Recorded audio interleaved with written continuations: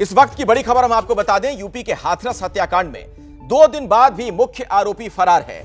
अब पुलिस ने मुख्य आरोपी गौरव शर्मा की गिरफ्तारी पर 1 लाख रुपए का इनाम घोषित किया है। बाकी 2 फरार आरोपियों की गिरफ्तारी पर 25-25 हजार का इनाम घोषित किया गया है। आपकी जानकारी के लिए हम बता दें कि इस मामले में कुल 4 आरोपी हैं, जिनमें से एक को पुलिस ने गिरफ्तार कर लिया है, लेकिन बाकी 3 अभी भी फरार हैं। 4 इस मामले में आरोपी बनाए गए हैं, जिनमें से 3 के बारे में अभी भी किसी तरह की कोई सूचना नहीं मिल पाई है। और इस वक्त मेरे साथ हाथरस की पीड़िता खुद मौजूद हैं लाइव। स्वागत है आपका एबीपी न्यूज पर। और मैं चाहूंगा कि पहले आप थोड़ा बताएं हमें कि क्या हुआ था, पूरी घटना दर्शकों तक पहुंचाएं।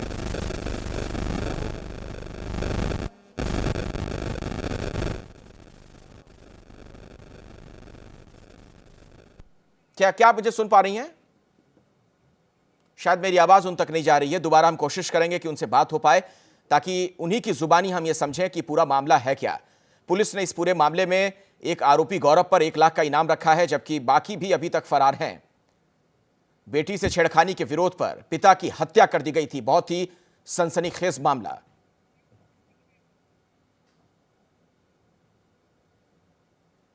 1 मार्च की शाम थाना सासनी क्षेत्र के ग्राम नौजरपुर में हुई हत्या की घटना के संबंध में परिवारीजनों द्वारा 4 व्यक्तियों को नामजद करते हुए हत्या की धाराओं में मुकदमा पंजीकृत कराया गया था, जिसके संबंध में एक नामजद आरोपी ललित शर्मा को थाना सासनी पुलिस द्वारा गिरफ्तार करके जेल भेजा गया है। इसके अतिरिक्त जो 3 शेष वांछित अभियुक्त हैं, इनकी शीघ्र गिरफ्तारी हेतु इन पर इनाम घोषित किया गया है। इनमें जो 2 अभियुक्त हैं रोहिताश और निखिल, इनके गिरफ्तारी हेतु 25-25 हजार रुपये का इनाम घोषित किया गया है तथा गौरव शर्मा की शीघ्र गिरफ्तारी हेतु एडीजी जोन आगरा महोदय द्वारा 1 लाख रुपए का इनाम घोषित किया गया है। दरअसल ये ऐसा मामला है जिसने पुलिस प्रशासन से लेकर सभी पर लॉ एंड ऑर्डर पर सवाल खड़े किए हैं कि आखिर क्या बदमाश इस कदर बेखौफ हो चले हैं उत्तर प्रदेश में। मेरे साथ इस मामले की पीड़िता खुद मौजूद हैं। एक बार फिर से मैं उनसे बात करना चाहूंगा। अगर आप मुझे सुन पा रही हैं तो जरा बताएं क्या हुआ था शुरू से, अगर थोड़ी जानकारी आप दे पाएं, दर्शकों तक ये बात पहुंचा पाएं। मैंने सारी जानकारी शुरू से दे दी है सभी मीडिया वालों को। 2018 में केस चल रहा था, वो केस वापस लेने के लिए धमकी देता था। उसके बाद फिर 1 मार्च को उसकी वाइफ, उसकी मौसी, उसके चाचा का लड़का, उसकी मौसी का लड़का मैं माता पे मिले थे। हम माता को पूजा करने के लिए गए थे, तो वहाँ पे ये लोग धमकीबाजी सी देना इन्होंने शुरू कर दिया, कमेंटबाजी स्टार्ट कर दी। फिर वहाँ से हम पूजा करके अपने 12 पे आ गए। वहाँ पे भी ये लोग आ गए, तो वहाँ पे इन्होंने गाली गलौज स्टार्ट कर दी, इसकी मौसी ने और इसकी वाइफ ने। तो वहाँ पे मैंने उसे बोला, मैं कहा थोड़ा सा लिमिट में रहो, तमीज़ में रहो थोड़ा सा। तो वहाँ पे वो लोग और धमकीबाजी देना शुरू कर दिया उन्होंने। उसके साथ तब वो निकले, उसकी मौसी का लड़का, उसने धमकी दी पापा को 10 मिनट में, बस 10 मिनट में उसकी मौसी ने, उसकी वाइफ जो है शीतल और उसकी मौसी रमा नाम है उसका, और जो उसका वो मौसी का लड़का है निखिल, तो उन्होंने धमकी देना शुरू कर दिया कि मार देंगे तुझे, शाम तक नहीं छोड़ेंगे, और 10 मिनट में बुला रहा हूँ, ये कर रहा हूँ, वो कर रहा हूँ, गोली चलेगी, ये चलेगी, वो चलेगी। उसने सारी धमकी देना शुरू कर दिया। तो पापा ने कहा हाँ ठीक है, जो भी होगा देख लेंगे, अभी घर जाओ यहाँ से। तो वहाँ से पापा ने हमको भी घर भेज दिया। उसके बाद पापा ने कहा सारे गेट वेट बंद कर लेना, मैं यहाँ खेत पे काम कर रहा हूँ। उसके बाद फिर पापा के पास उसकी कॉल आती है गौरव की कि मैं 1 घंटे में आ रहा हूँ, मैं अलीगढ़ हूँ और मैं ये कर दूंगा, वो को तुझे जान से मार दूंगा, मैंने तेरे से बोला था केस वापस लेने की, तूने केस वापस नहीं लिया।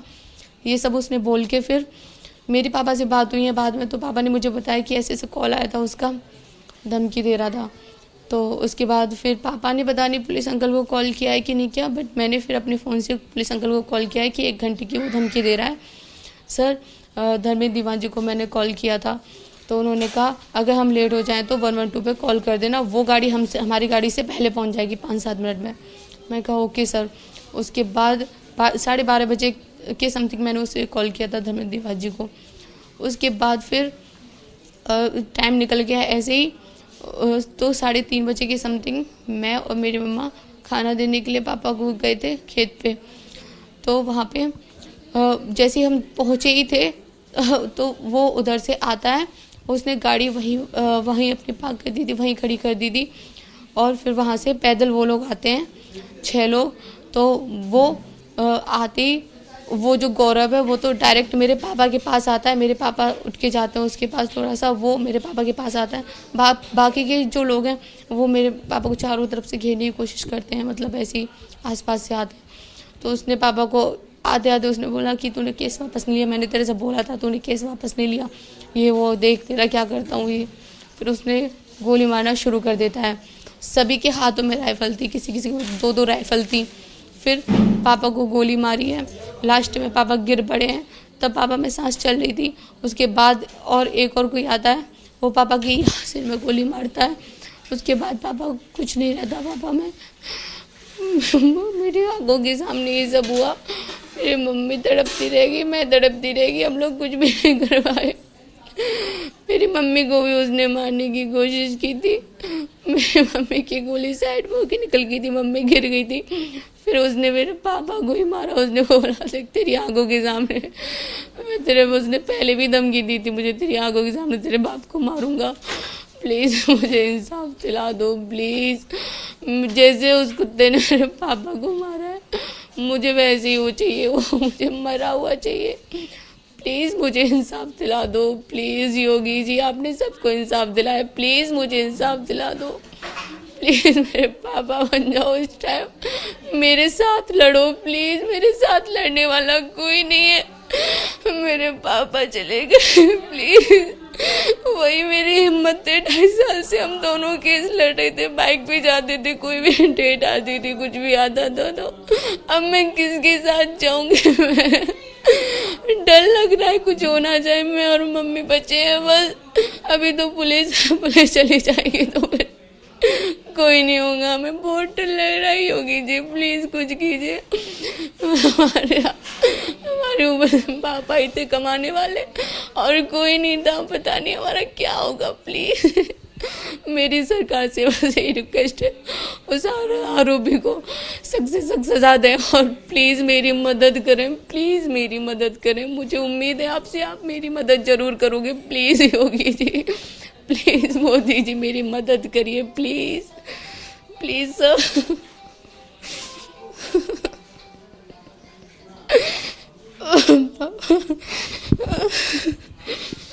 देखिए जो आपका दुख है, जो दर्द है, उसे समझ पाना भी बड़ा मुश्किल है, लेकिन मैं आपको ये भरोसा देना चाहूंगा कि आपकी इंसाफ की लड़ाई में ABP न्यूज़ आपके साथ है।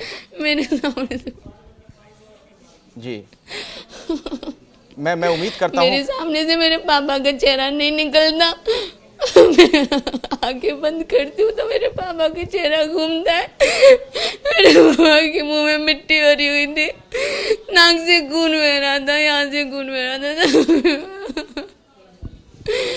प्लीज मैं बहुत संभाल रही हूँ, बहुत हिम्मत कर रही हूँ, लेकिन मेरे दिमाग से वो चीज़ें नहीं निकलती। प्लीज मेरी मदद करिए, प्लीज योगी जी मेरी मदद करिए, मुझे इंसाफ दिलाइए प्लीज, मुझे इंसाफ दिलाइए।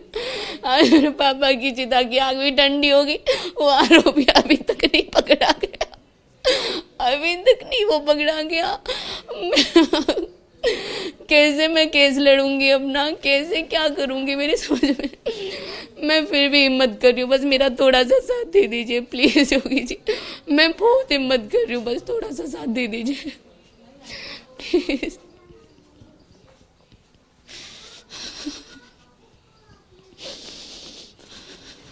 मुझे उम्मीद है कि आपकी जो ये गुहार है उत्तर प्रदेश के मुख्यमंत्री योगी आदित्यनाथ तक ये बात पहुंच रही होगी और आरोपी जल्द से जल्द गिरफ्तार हो, इसकी उम्मीद की जा सकती है।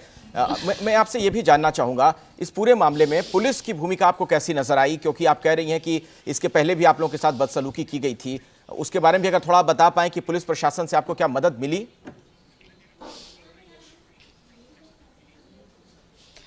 उनकी तरफ से मदद मिल रही थी और अभी भी मिल रही है, लेकिन वो पकड़ा क्यों नहीं गया ये नहीं समझ में आ रहा। अभी भी तब भी मदद मिल रही थी, पर बस यही हुआ कि 1 मार्च को अगर वो तभी आ जाते जब मैंने उन्हें कॉल की थी तो शायद मेरे पापा की जान बच जाती।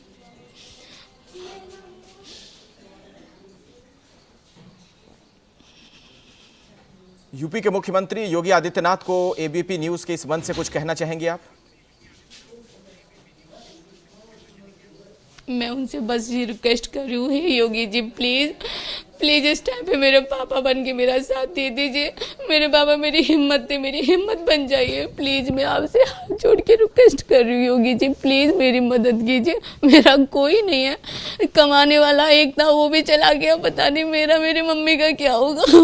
प्लीज़ मेरी मदद कीजिए योगी जी प्लीज़, आपके हाथ जोड़ती हूँ योगी जी प्लीज़ मेरी मदद कीजिए। ऐसे आतंकवादी को प्लीज़ जल्दी से जल्दी सजा दिलवाइए प्लीज़। आप लोगों से मिलने के लिए कोई आया है अब तक? पुलिस के कोई बड़े अधिकारी या सरकार का कोई प्रतिनिधि, कोई मंत्री?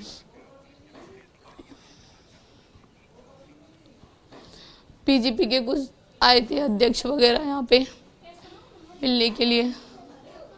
वो सांत्वना दे के गए कि बेटा उसे जल्दी सजा मिलेगी, मैं उस दिन तेरे से मिलने आऊँगा।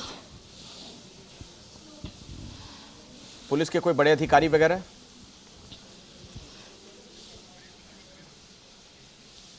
हाँ आए भी हैं, मुझे याद नहीं है बट आ रहे हैं मिलने के लिए। अच्छा, आपको लेकिन ये लग रहा है कि गौरव की गिरफ्तारी क्यों नहीं हो पा रही? आपने अभी एक बात कही, बड़ी मार्मिक सी चीज़ थी, मतलब मेरे लिए कह पाना बड़ा मुश्किल है। आपने कहा कि मेरे पिता की जो चिता की आग है वो ठंडी पड़ चुकी है, लेकिन इस मामले का जो गुनहगार है वो अब तक नहीं पकड़ा गया, वो फरार है। अभी तक नहीं पकड़ा गया, अभी तक नहीं पकड़ा गया। बहुत डर लग रहा है, पता नहीं क्या हो रहा है क्या नहीं हो रहा। प्लीज़ उसे जल्दी पकड़वाइए, बस प्लीज़ जल्दी पकड़वाइए। उसकी मौत देखनी है। मेरे पापा को शांति नहीं मिलेगी ना मुझे शांति मिलेगी। हम लोग ऐसे ही मर जाएंगे सच में, मैं और मेरी माँ। प्लीज़ इंसाफ दिलाइए प्लीज़। क्या आपको लगता है कि कोई है जो गौरव को बचा रहा है?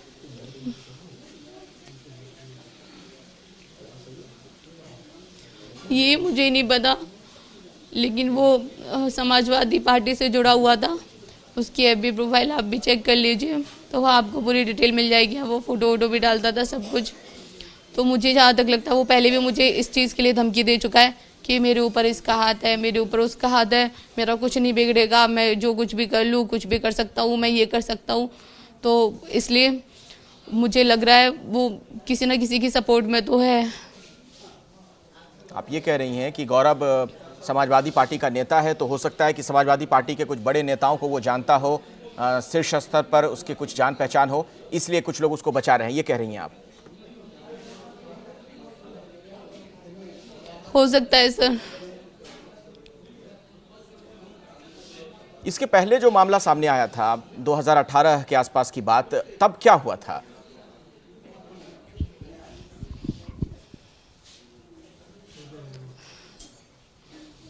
तो 2018 में छेड़खानी का केस इस पे दर्ज कराया था। उसके बाद केस चल रहा था, ये केस वापस लेने के लिए लगातार धमकी दे रहा था। उसके बाद ये एक बात 2019 में 19 फरवरी को 2019 में आया था। इसने गाड़ी खड़ी करी थी वहाँ खेतों के पास में। पापा मेरे खेतों पे थे, इसने पापा को देख के मेरे पापा के पीछे भागा है गन लेके, और फिर मेरे पापा अपनी जान बचा के गांव की तरफ भागे हैं। तो मेरे पापा को धमकी देता हुआ ये चला गया था वहाँ से। उसके बाद मैंने और मेरे पापा ने FIR दर्ज कराई थी, कंप्लेंट की थी। मैं और पापा गए थे थाने में, तो वहाँ पे उसकी मेरे पास कॉपी भी है, मैंने फ़ोटो क्लिक कर लिया था तभी वहाँ पे 19 फरवरी को 2019 में। तो उसका फिर कुछ भी नहीं हुआ। मैंने पापा से पूछा भी था, मैंने कहा पापा उस कंप्लेंट का क्या हुआ? तो पापा के चल रहा है ऐसे ही। फिर उसने भी कुछ नहीं किया ऐसा, मेरे पापा के पीछे भागा नहीं। उसकी शादी वादी हो गई फिर, तो हमें लगा कि अब शायद कुछ भी नहीं करेगा। बस वो आता था यहाँ पे तो गाड़ी खड़ी करके खेतों पे सिर्फ अपना मतलब धमकीबाजी से ऐसे ही करता था, डराने की कोशिश करता था। तो मेरे पापा डरते नहीं थे, फिर वो कुछ नहीं करता था। हमें लगा ये अब कुछ नहीं करेगा, ये सिर्फ गीदड़ धमकी देता है, बस कुछ नहीं करेगा ये, क्योंकि इसने पहले भी कई बार धमकी दी है। लेकिन फिर 1 मार्च को इसने ये सब किया। जी, बहुत ही दुखद है जो भी हुआ, लेकिन मैं एक चीज़ ये भी जानना चाहूँगा ताकि ये पूरी बात लोगों तक पहुँचे और सत्ता के शीर्ष पर जो लोग बैठे हैं उन तक भी पहुँचे, ताकि कार्रवाई हो, आपको इंसाफ मिले। आपने थोड़ी देर पहले कहा कि ये समाजवादी पार्टी से जुड़ा हुआ है। क्या जब ये घटना घटी थी 2018 में, जब आपके साथ छेड़खानी हुई थी, तब भी समाजवादी पार्टी से ये जुड़ा हुआ था, उसका नेता था? और क्या उसकी धौंस कभी आपको दिखाता था और इसकी वजह से क्या पुलिस ने कार्रवाई नहीं की? दिखाता था। ये पहले भी दोस्त दिखाता था। अखिलेश यादव पे ज़्यादातर वो उछलता था, बहुत ज़्यादा घमंड करता था। अलीगढ़ के भी कुछ नेताओं पे बहुत घमंड करता था, बहुत ही ज़्यादा घमंड करता था कि मुझे ये सब बचा लेंगे, ये कर देंगे, वो कर देंगे। और उन्हीं के बलबूते पे इसने मेरे पापा की गोली मारी बनी है। इसकी इतनी औकात नहीं है कि मेरे पापा को दिन दहाड़े गोली मार के चला जाए, इसकी इतनी औकात नहीं है। इसके ऊपर कुछ नेताओं का हाथ है तभी इसकी इतनी हिम्मत हुई है। किसी का नाम लेता था इसकी इतनी ये? हिम्मत नहीं है। किसी बड़े नेता का नाम ले लेता था आपके सामने? हाँ, ये गुड्डू पंडित वगैरह का नाम लेता था और अलीगढ़ के एक दो और अध्यक्ष वगैरह थे, उनका नाम लेता था, पता नहीं। और यही सब धमकी देता था पहले भी। देखिए, आपका जो दुख है, जो दर्द है, बहुत बड़ा है। मैं ये उम्मीद करता हूं कि आपकी जो इंसाफ की लड़ाई है उसमें आप सफल होंगी। एबीपी न्यूज़ आपके साथ खड़ा है, ये मैं आपको भरोसे के साथ कह रहा हूं, आश्वस्त कर रहा हूं कि इस इंसाफ की लड़ाई में हम आपके साथ हैं। और उम्मीद यही कि मुख्यमंत्री योगी आदित्यनाथ तक भी आपकी बात पहुंची होगी, चूंकि आपने कहा कि वो आपके लिए पिता के समान है, वो आपको इंसाफ दिलाएं।